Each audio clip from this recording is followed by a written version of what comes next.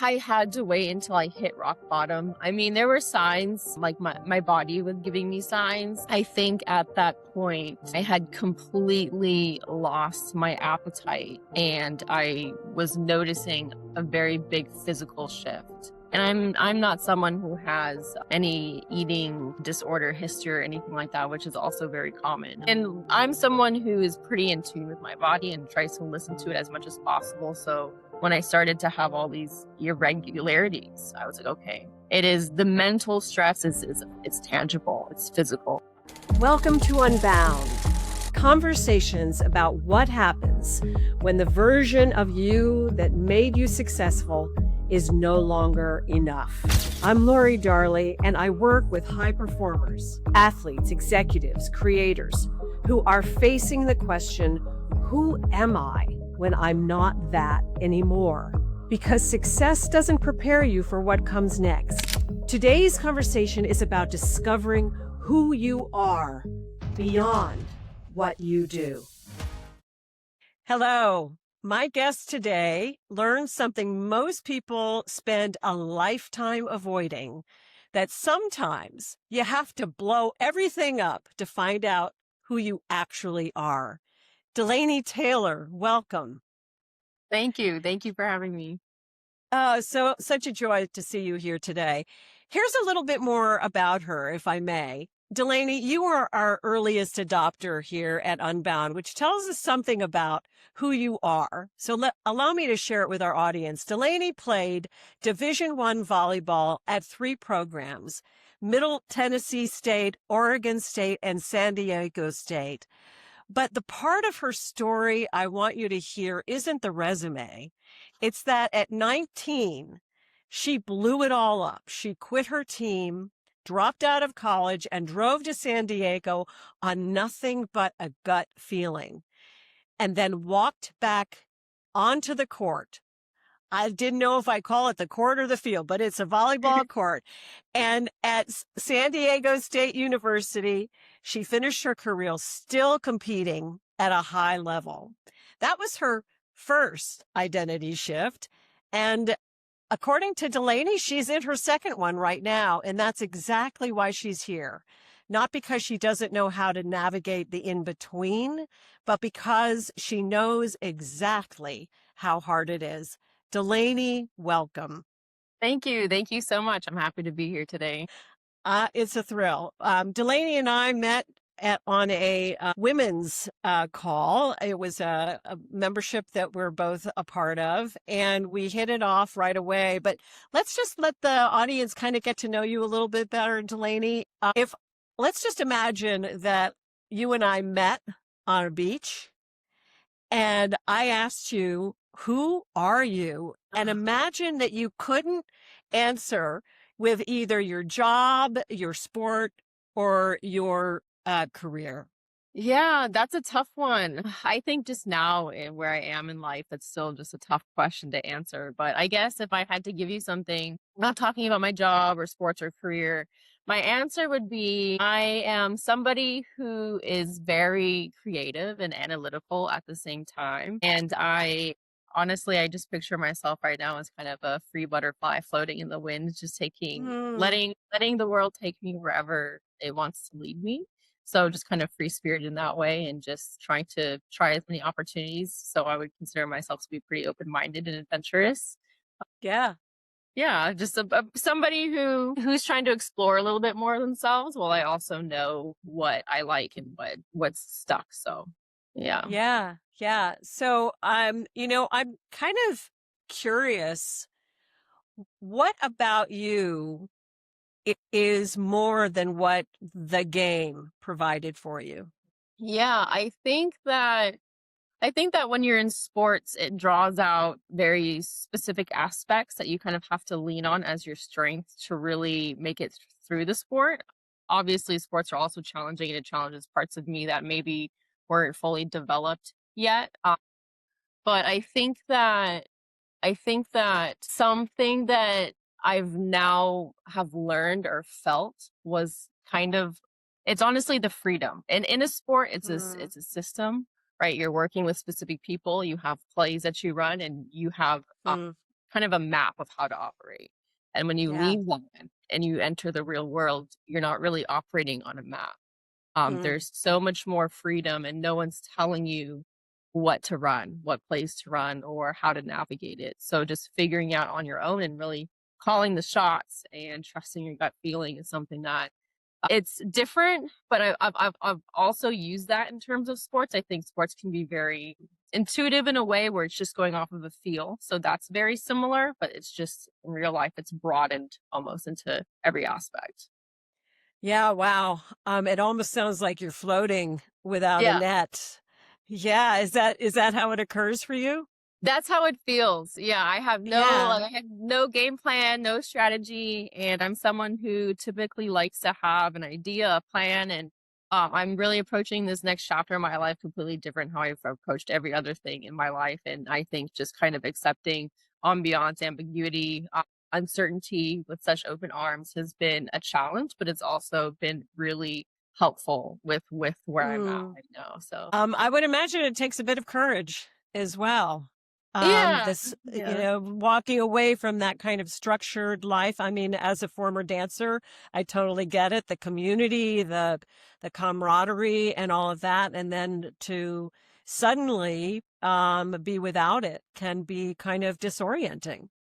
Yeah, and I've definitely kind of found, recreated my sports community by I played indoor volleyball in college and by finding a sand community, sand volleyball community out in all the different cities that I've lived in. So that still helped Wow. me keep me pretty close to the sport and also to kind of just create community. I feel like when you meet people doing things that you like, you just tend to be more compatible with those people. So Yeah. in the 2 different cities that I've lived in the last 5 years, it's really helped me kind of ground myself, with Yeah. with traveling to new places, so The that's some common denominator. Sorry. yes. No. Yeah. Common denominator, yes, volleyball. Yeah, common denominator. So, when we talked, you mentioned that, you're going through a transition, and we get that from what you've shared here. And you're going through one again. And I'm kind of curious how this, I'll say in between, this particular in between, how might it be different for you? Yeah, this in between is very different. It's not as intense, maybe because I know what's happening. In the first time around, when I was 19, sophomore in college, and I sat with the question of, is this the life that I can continue for the next couple of Mhm. years? And I realized at that point that it wasn't. And taking that very bold move of I'm kind of going so far down the wrong path that I have to jump ship completely and Mm. reset, leaving everything that I knew, walking away from a 4-year scholarship, essentially dropping out of college and just kind of figuring out what is the most important thing for me right now. What do I need to center myself around to kind of find that alignment again? And I think experiencing that for the first time, being so young, being around an environment that's very intense. It was a very intense transition at that time, and kind of a moment where I was like, okay, I'm doing this. Like, this is what I have to do. And I think that this time around, it's just noticing like I find myself floating towards this in between again, this transition. And it didn't, I guess it did happen just as abruptly in a way, but I think that I'm just so much more prepared for it and I have that Mhm. confidence going into it because I've experienced that before. And I think that, you know, the more life experiences you go through and the more that you have that evidence of like, oh, I've made my way through that. You kind of have more confidence going into the next thing. And something that I realized the other day was I always thought like, oh, I already had my identity crisis, I already had that shift. Like I that was my one time for my life and I'm done. And now I'm kind of, realizing that throughout life, we constantly go through changes, whether it's, a career change or becoming a parent or whatever large shift that we're experiencing, essentially is going to be a change with our identity. So, very naive and young me thought like, all right, I got it out of the way early and I'm good, but just a thing that continues to happen throughout life. Yeah. Wow. You're speaking from such wisdom. And the truth is, when we're in our 20s, early 20s, we really don't know who we are. We're still gathering all of that information. We're trying to associate ourselves and strongly. And it sounds like in that first departure, it may have been a little bit more of a getting away from strategy for your own kind of mental health and physical health. Would you be willing to share more about that? Yeah, I think it's a very, from what I've seen, possibly a common experience within a high level of competing, especially at the D1 level. There's a lot of, I think, when you spend so much time playing a sport and your whole life revolves around the sport and you don't really have time for anything else, you don't really know yourself outside of that sport, Yep. especially starting at 12 years old. And, volleyball was my life. And I loved it. I became very obsessed with it. And that's all I wanted to do. But I didn't really know myself outside of that sport. So when you're going into a high level and you're competing, your self worth is kind of based on your performance. And this idea of who you think you are, how you see yourself can be challenged. And that's Yeah. very difficult. I Yeah. was in a position where, I was like, I want to prove myself. I want to be the starter. I know I'm good enough. And I found myself constantly working to impress the coach or to please the coach. And if I had a bad practice or I didn't think that I did anything to be noticed, right, I started to really question my own self-worth, and I didn't know who I was anymore. And Yeah. I just, when people would ask like, "Oh, why do you play?" I didn't know how to answer that. For a really long time it was, "Oh, because I'm good at it." But Yeah. you are when you are being challenged in the sports, it's going to happen. You're not always going to perform at 100% or at the level that you want. What is your safety net? How do you ground yourself? How do you see yourself in those hard times? And Yeah. that was something that I really struggled with. Mm. I can imagine. I think that we've all heard the stories that have hit the press where the coaches and the authority figures have, taken, sort of things out of hand. And I'm curious, how did you ground yourself? Was there a hardest moment where you just like went, "Oh, I'm I know this is really not good for me and it's time." Yeah, I think I had to wait until I hit rock bottom. I mean, there were signs, like my body was giving me signs. Mm. I think at that point, I had completely lost my appetite and I was noticing a very big physical shift. And I'm not someone who has any eating disorder history or anything like that, which is also very common. I Good love for eating. you. So when my appetite disappeared, I was like, whoa, this is something that used to bring me a lot of joy, and my body is shifting. And I'm someone who is pretty in tune with my body and tries to listen to it as much as possible. So when I started to have all these irregularities, I was like, okay, it is the mental stress is it's tangible, it's physical, Yeah. something's happening. And just kind of, really taking that into consideration and, understanding that I'm not happy where I am. My body's also telling me that I'm not Yep. happy. And I don't think that, being halfway into my college career, I don't think that I can healthily continue to Right. complete my career here. And I was just at a point of being so miserable that I was okay. Let everything go to refine myself because what had mattered to me at that point in time was finding myself again and finding some type of happiness. Because I think Mm. that when you have to wake up at 5 a.m. and you go to weights and you have to go to practice and then you have to go to extra practice based off of your position and then you're scouting and you're just spending all this time doing that, you kind of start to ask yourself, why am I doing this? And I think Right. when that question arises, it's something to really sit down with yourself and think about. And, when I was asking myself that, I had noticed those bodily changes. And I'm like, I'm not happy doing this anymore. It's time to walk away. It's time to find something that will work. And that's hard because I've had teammates that were really unhappy, but they just suffer through it. I've experienced that at a lot of the schools that I went to. And I guess that's where I'm a little different is that I will swim upstream. And if I feel like this is not the right fit, I will take that that bold and risky move and jump ship. And that's not for everybody. That's something that works for me. Sometimes in those situations, I feel like my back is up against the wall and I don't have options, but there's always options. And I think that's important to remember. You're bringing up so many things that are of value here. One is the association of your identity with how you perform. And if you're not performing at your absolute optimal, then what good am I?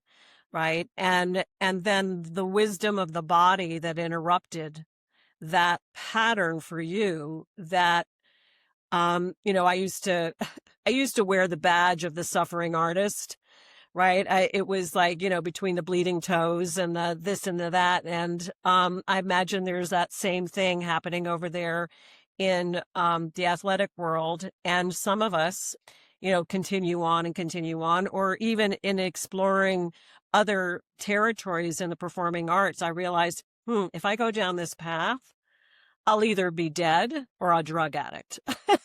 Right. Like, so that was not an option. Right. I love life. And so I really appreciate you bringing that to the front of the conversation. I'm curious, what do you remember that moment when you hopped in the car and you put your foot on the pedal and off you go to San Diego? What the hell? What was that like? I remember the moment of having that thought kind of pop into my head and then solidifying it. I'm someone who can be pretty decisive. Once I have my mind on something, I'm doing it. And I think in terms, I can relate a lot to what you're saying, the bleeding between the toes and just pushing forward, because I think at that time, just that year in my career, I was having a lot of pain. And that's something that I was also struggling with that year, was how do I balance performance and pain? And I just happened to be a part of a program where they operated a little differently. So everybody's experience is very different. And I think that whoever is, the head of their program has a lot of influence on what people are experiencing. And I just happened to be in a program where we had a lot of injuries. I don't think that we were really heard as athletes. We were forced to push through our injuries. Yeah. And it was kind of a feeling of disrespect, or a feeling of what really hit me hard was I am no longer in control of my body. Mm-hmm. And when I am injured, when the trainer is telling me to sit out of practice and I have a brace on and the coach is like, I don't care, take it off and I'm going to force you to play. It does something to your mind that I have kind of a hard Yeah. time explaining, but it's kind of this realization of I am no longer who I thought I was, because I can't control myself. I can't control my environment, and I just have to do what I'm told. And that was really hard for me, especially when I'm hurt and I'm trying to figure out how to play. And I remember, having conversations with my parents of like, I don't understand the line of hurt and injured and what to push through. And I'm someone who naturally is going to push through injury. So when I'm also encouraged by, my authority figures to ignore my pain, Yeah. that's when it really kind of messed with my head. And I think it was at that point where I was like, I can't. I am doubting and questioning everything that I feel and believe. And I am no longer, I don't know myself at that point, because I don't believe myself. And I think that was really the driving factor of like, this is not okay. This is not healthy. This is not good. Yeah. I can continue to do this. So with that said, I had a teammate that had transferred, and I just remember thinking like, I'm so jealous. I'm so jealous that she gets to leave. And that was kind of a light bulb moment of like, oh, okay, maybe I need to leave. And, I went to go talk to a sports psychologist. He was very familiar with the program at the time, and his advice was to get out, to leave. So that was, I was a trailblazer and an angel in your court. Yeah. I was actually really disappointed at that, because, his job was to help build programs and make them healthy for athletes. But I think he had expressed that the coaching staff didn't want to work with him, and he understood kind of what was going on behind the scenes. So that was his advice. And I felt that, okay, sports, the psychologist is not really going to be able to help me much further after that was, kind of his advice for me. Yeah. And so, I this was all pre-transfer portal, which is kind of a new age thing, but I had to go because I was already a transfer. I had to go find the one person at the school that knew the NCAA rules, and I had to ask them like, "What are my options? When does my clock start? How does this work?" So after talking with them and kind of getting an idea, I thought, okay, I'm gonna leave it up to like fate a little bit. My clock starts the second that I step onto the court during preseason, and we were just starting preseason and hosting our first tournament. So I thought if he puts me in for the first game, then I'm going to stay and I'm going to finish out the year. Right. But if he doesn't, then that is a sign for me to leave. Huh. So sure enough, I did not play that first game, and I walk into his office in right after that game. I was like, I'm done. I'm leaving right now. Like I resign. And I had to tell my team, and that was really hard and just kind of a Yeah. shocker for everybody, especially with, it's tournament day in the moment. But I was like, I was Mm, waiting for kind of a signal or a sign of where to go, and I got it, and now I'm gonna act on it. And yeah. I hope they didn't think that that was, looking back, I hope that they didn't think that that was super selfish. But it was something that I had to do Yeah. at that Yeah. time. Mhm. Yeah. Oh, I'm just so resonating with the story, and I imagine that for a lot of athletes out there, whether they're, male or female, that there was a moment that is this really it? Is this really good for me? And, how long after that moment before you got hopped in the car? It was I waited for the weekend to finish. I have, like, 2 lifelong friends on the team, so I stayed and I watched the tournament, which was very, That very must have been weird. surreal. It was surreal, and I think it probably was confusing for some of the coaches. I had a really close bond with one of the coaches, and that was really hard. I think he took it really personally, and I Huh. I just had to explain to him Yeah. it's not a personal thing. Like, this is a big picture, my health, where I am Yeah. mentally. And I decided, if there's any what do I want? Like, the one thing that I know that I want is I wanna be in San Diego. That's all I know right now about myself and who I am, Yeah. is that's the one thing that I knew I wanted. So, luckily, they had actually offered me a scholarship the year before, so I just happened to have the, head coach's number. I packed everything into my Pilot, so luckily it was a big car and I could fit a lot of stuff in there, and I just drove down and I called her and I was like, "Hey, I'm on my way to San Diego. If you happen to have a spot where I could walk on, I'd love to continue playing." Obviously no pressure, but that was really the first step towards doing something that I knew was right for me. And I did ignore all of the the recruiting advice when I was young about make sure you pick a school that you'd love to be at, even if you weren't playing. And I just I graduated high school at 17, so I was a little young, and it was really hard for me to believe that advice because I was like, I'm going to college only to play volleyball. That's the only interest thing. And I bounced around a lot, probably because I didn't really take that advice. So when I had to make a decision for myself to go into the right direction, I was like, okay, if I end up not playing, then I'd still be happy in this place. So it was just kind of funny how I remember the Wow. recruiter's advice years later. So you said something powerful when we last talked, and that was that high performers rarely stop to celebrate what they've accomplished. It's always what's next. And I'm curious if you celebrated that moment, or have you ever celebrated that moment of Actually, clarity? I don't think I have. I don't even think I looked at it through that lens of something to celebrate. I think now having being or currently going through another transition and realizing like, wow, that was a big moment for me. I think now this is probably definitely the time to celebrate and to reassure myself and to be confident in myself that I can live with whatever decisions that I make for myself. And as long as I'm listening to my body and myself and my intuition, that whatever decision comes out of that is going to be the best decision for myself. And also, something that I had learned during that situation was sometimes the best thing that you can do is always going to be the hardest thing. Mm, The easiest thing is to be complacent and to stay and to suffer in silence, which I see a mhm. lot of. I think the hardest Yeah. thing to do is to blow it up, but it's probably the best thing.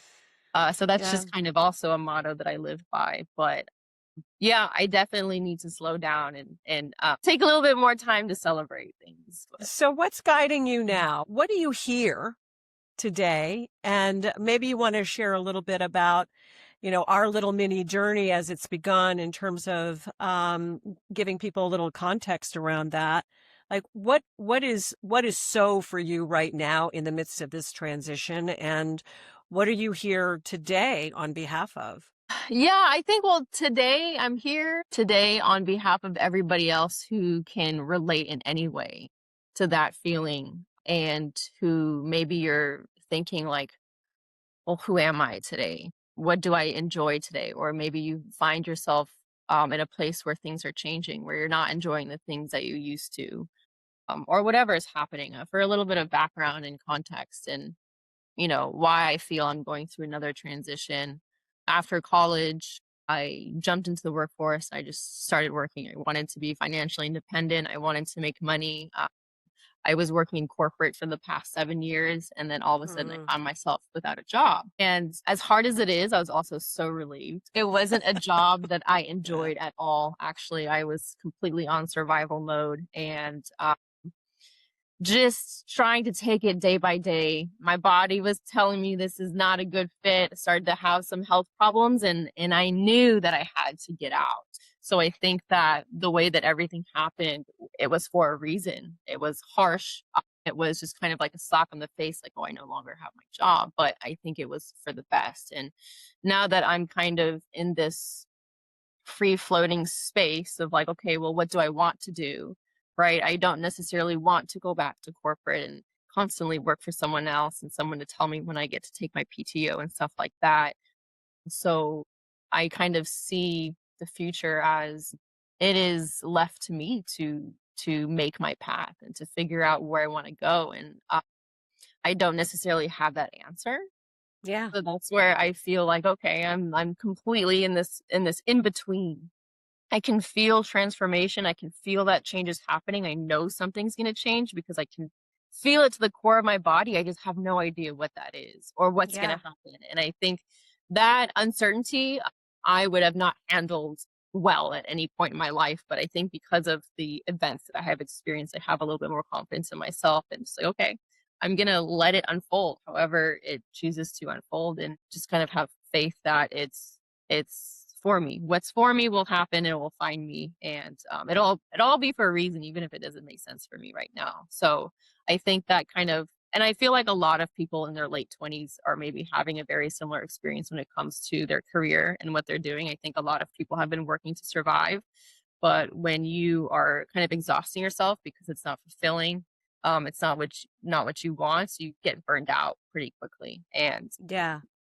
it's very challenging, it's very tricky. How do we need to survive, we need to have a career, and we need to somewhat enjoy it or be interested, and it's just a crazy time in today's world, and those three things are kind of hard to come by, but I think it's really important, especially for just the longevity of mental health and finding purpose within life too. So that's what brought me here, and I know I've talked to other people and I've just been hearing other people feeling like they are in a very similar place and kind of, okay, I'm about to enter into my 30s, and you kind of have this idea of where you think you'd be at that time in life. And if Yeah. it's not there, it's like, whoa, okay, what am I doing? What is happening? And kind of Yeah. having another moment to really find yourself again. Yeah. Yeah. So, you raised your hand. You were the first to raise your hand to become a part of the Unbound Identity Lab, and you shared with me that there was something that you had a beautiful list just now about what this yearning, I'll say, is that is super clear. And you had some very specific um, desires around what that next phase of experimentation and exploration would look like. And it was, you know what I'm hedging on? I'm Co- trying to remember. I'm trying. community, Yes, community. yes, yes, yes, yes. Yeah. So talk to me about what's important to you about that. Yeah, I think so in this within this past year, I was I was working in a very male dominated space and I felt a yearning for community. I think I realized later that it was community. I felt a yearning for femininity. Mm, I felt and I really have to think about like what that means to me. I think that, my mind kind of goes like we live in this patriarchy and, our workplaces are kind of set up around that a lot of the times and it just feels so unnatural sometimes and I'm yearning for the complete opposite. And when I found the group that we met, it was all women that are trying new things or kind of to trying to expand, try uncomfortable things, reaching out and I think it was at that moment where it was like that was community that I could find this thing that I'm lusting after. Just being surrounded by other women who are very accepting, very open, who are talking about their experiences and, what they're trying to get to and where they've been before and a lot of other people just in this transformation right. place, especially around career. I feel that there was a lot of, people in midlife kind of almost going through the same thing. Yeah. And Yeah. so it's always nice to be around people who can kind of understand what you're talking about because they feel it. And I Hmm. think that being surrounded by those people and finding the community, it just makes it so much easier to navigate those times of challenge. Yeah, you'll hear me say many, many times that transformation doesn't happen in isolation. It happens in conversation and in community and sharing our vulnerabilities. So if I can speak to the audience for just a second, Delaney is so as you go through the Unbound Identity Lab, everyone will have a choice to choose their own fellow travelers from their own local communities or to be curated by me with a group that may or may not be all women to journey as well. And so Delaney is in that zone where she's checking out, what kind of crew or squad would she create for this 6 month journey. And so I just wanted to say that we don't know who's going to show up. We're at the very beginning of this, and but the weekly challenges are not head journeys. They're full-bodied, go out and do stuff kind of challenges, and then the reflection happens with the travelers that you're with. So, I'm curious for you, Delaney, what if you could imagine yourself at the end of a 6 month journey of being challenged to your, sort of like thinking about if I'm not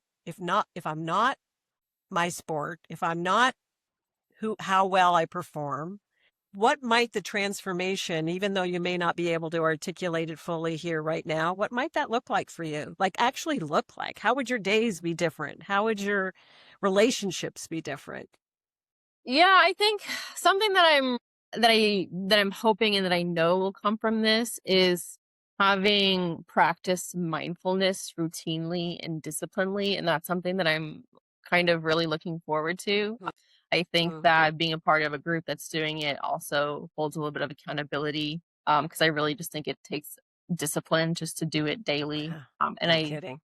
and I think that it will open up so much more. I think that when you train your brain to focus on specific things that maybe you would ignore or not see really creates a different perspective of life. Yeah. And that's something that I'm really looking forward to. And maybe with that perspective, possibly a little bit more confidence of like, oh, I know who I am and I've tried some things that are maybe uncomfortable and that's helped me learn more about myself. So Yeah.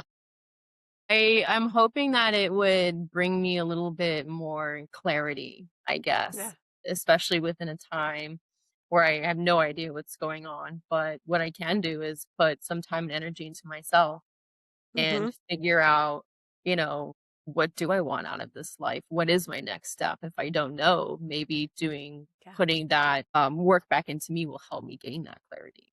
Yeah. Beautiful. And sometimes you just got to clear away the dead branches. You got to Yeah. clear the field of your brain, right? And, one of the things that I've been aware of is that, you and I talked about our minds being on autopilot, which, that's a good thing because it keeps us alive. That's the brain's job, is to keep us alive, but it doesn't necessarily help us actually live in a state of possibility and what else might be possible. And so that's one purpose of the community as well, which is to, for us to have a shared language of how we can support one another when we're running our traps. And what I mean by that is, we all have patterns. And the patterns of discipline, which make us really super successful. And then there are the patterns that don't serve us. And, like mine is FOMO.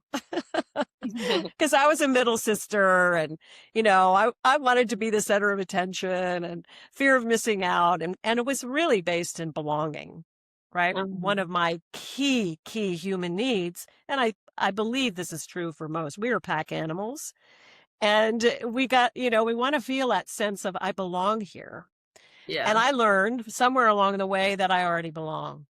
If I'm Mm. here, I already belong. And that was a mindset shift that I had to actually practice in order so that I could actually begin to wholeheartedly believe it.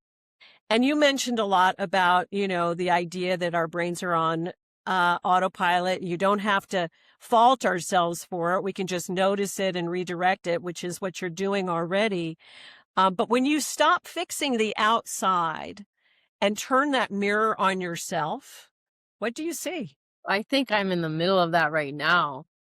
I think that within this place of uncertainty and trying not too hard to control the things that I can't control. And that's kind of where I was like, okay, well, I'm the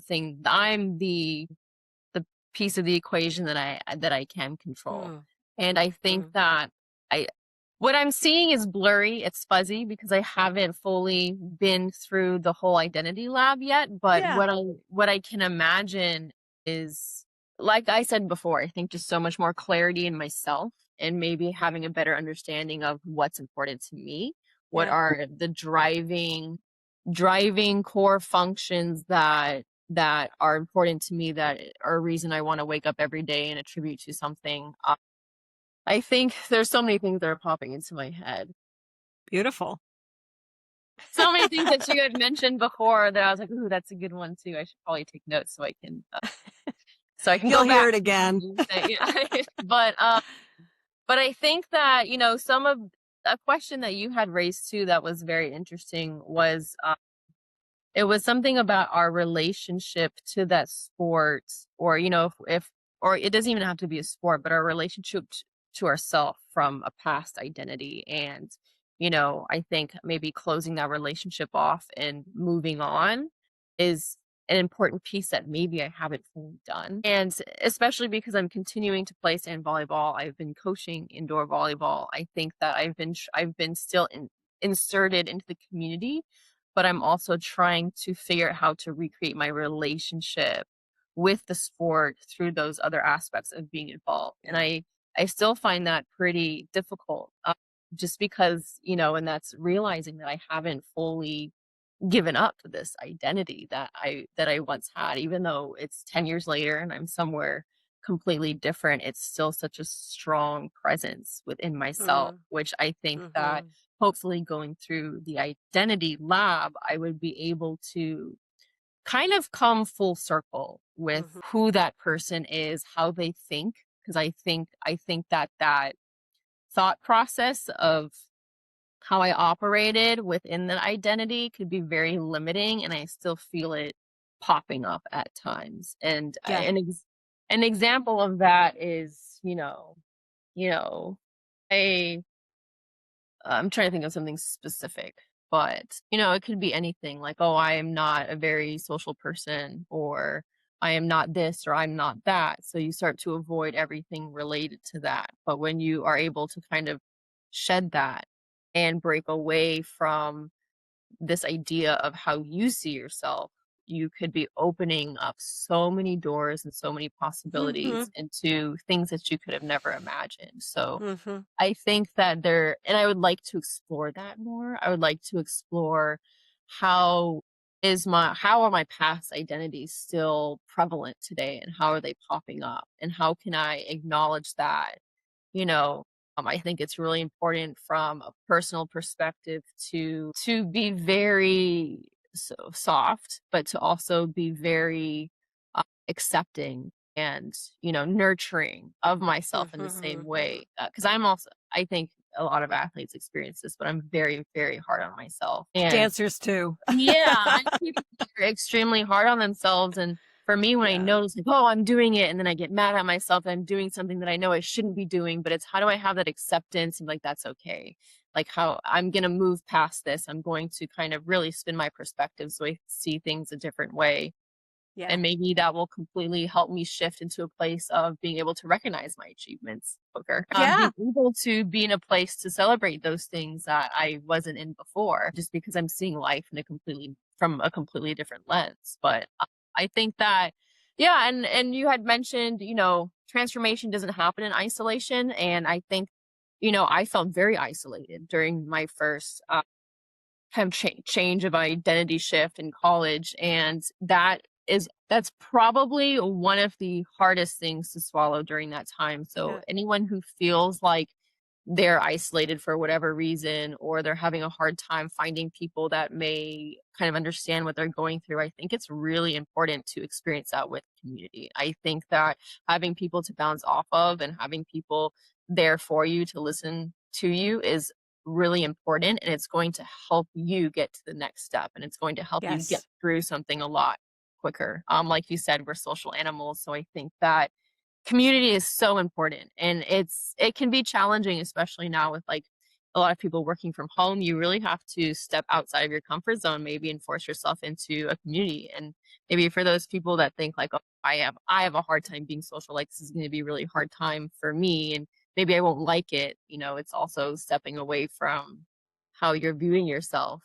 Yeah. So you're bringing up so many great points. One is oftentimes what we're fixated on, and we sort of like keep pointing at it as if it's the wrong thing, or but what you're really pointing to, which is the wisdom, is that it's all about you. It's your relationship to whatever the thing is that's giving you heartburn, and and also recognizing that there really aren't several identities so much as that there are practice personas, right? And all of that is changeable, Mhm. right? Mhm. What you focus on expands. If you focus on yourself as being a perfectionist, guess what? You get to show up as a perfectionist, right? If I Mhm. show up as somebody as the jealous sister, I'm going to just I'm going to recreate the trauma of feeling jealous. Mhm. Right. So I have to take responsibility for that. And I see so many things that are awaiting you. And I'm so excited because we're going to be holding up the mirror. We're going Yeah. to be asking people, how are they experiencing you? How are they experiencing me? That is incredible research to understand, wow, I'm actually way more than I ever thought I was. And um that's one thing to celebrate, and that I can continue to expand. We're not going to dissolve an identity. We're not going to kill it off. It's always going to be, our survival brain is going to always be with us.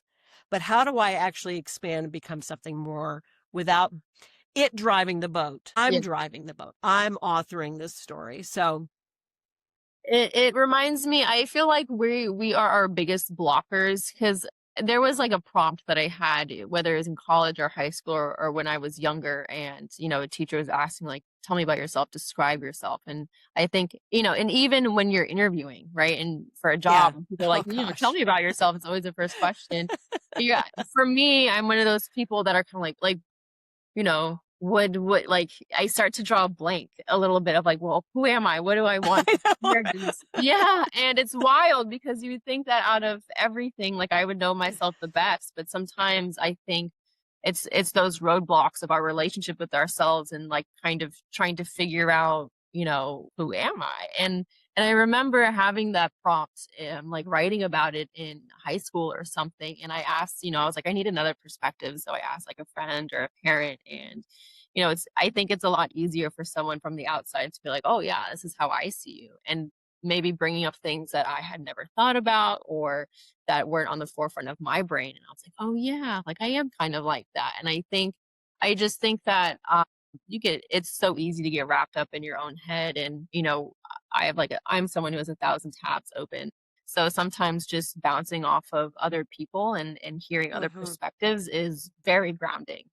Yeah. It really helps kind of solidify specific things or creates some type of clarity. And for some reason, it's reminding me of this thing, this idea or this concept that I had learned a little late in my career, which I try and teach the younger kids about how you talk to yourself in your head. I actually have a blog about it, about, self talk and how important that is, and recognizing how I'm so mean to myself when I'm talking to myself. And sometimes that is a blocker and really doesn't help me get to explore things more, especially when it involves myself. Yeah. And I had a coach, just bring this up, and they said, "Would you talk to other people the way you talk to yourself in your head?" And I was like, "Oh, Oh God, no. that's a really good point." And it's like, why am I so nice to everyone else? I'm so mean to myself. And it's like I need to treat myself the way I would treat my friends and treat other people. And I've found Yeah. this to be so prevalent, even amongst like the 16-year-old girls that I was coaching. And I think just being Hmm. aware of how you talk to yourself, and because how you talk to yourself has an impact on how you think about yourself. And when the question comes up of like, who are you? That could Right. potentially be a reason of a blocker for Yeah. something like that. Self-love is a big deal. I Yeah. will just say it's a lifelong journey. You got to practice it. Yeah. You Yes. gotta Yeah. practice it and it's the little micro movements little micro changes that you can make that Yeah. add up to bit bigger things. But I think we might want to start to wrap up here so that Okay. you can go back. I'm having the best time. I don't want this to ever end, but you mentioned that you were here also for all the people who might be going through that sort of WTF moment of, who am I and how do I find my ground? How do I find my peeps? How do I, all of it. And what would you like to tell them? What would be the thing that you would like to say that would give them a sense of possibility and opening to action that they can do for themselves? Yeah, I would encourage you to just, if you haven't tried anything new this year, be the yes man. Step outside of your comfort zone. Maybe do something different. Do this if it's different. If it's not different Right. and this is right up your alley, great. I'm so looking forward to talking and having conversations and honestly learning about other people and other experiences. Again, it's just a broadening of perspectives in this different life that we're all experiencing, but there's probably a lot of things that relate.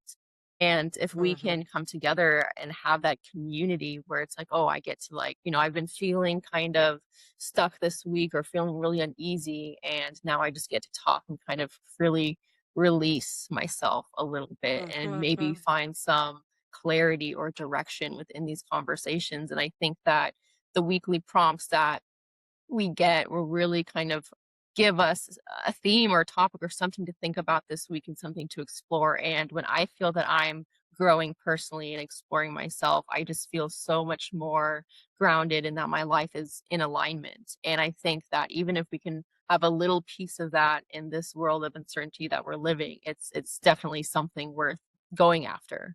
And Mm. with people that, are your cheerleader, they wanna support you, they wanna help you. I think that that's also super powerful. So, I'm really looking forward to, even if you have no idea what to expect from it, you have no idea what's going on, but you're just happy to be there and share and talk. Or maybe, if you're on the shy side and you just want to listen before talking, totally get it. I'm just really excited to meet other people and see where they're at in their life, and to create a community around that. Thank you so much, Delaney. The outtake will give people an idea if there's any interest in joining our community. It's super, super accessible. And this has been such a joy. I can't wait to see what happens in the editing room. So I wanted to really just thank you so much. And we'll be talking. Yes, So I'm going to thank you, get off Lori. get off my chair here, and we will see you all hopefully very soon. Sometimes growth means creating a completely new game plan for your life. So if something in this conversation resonated with you, I invite you to open the Unbound Compass, a map designed to help you see where you are, what's shifting, and where you may be ready to expand next. Your old game plan got you here successfully, and the Unbound Compass helps you discover what comes next. It only takes about 5 minutes, and as always, thank you for joining us, and I hope to talk with you soon.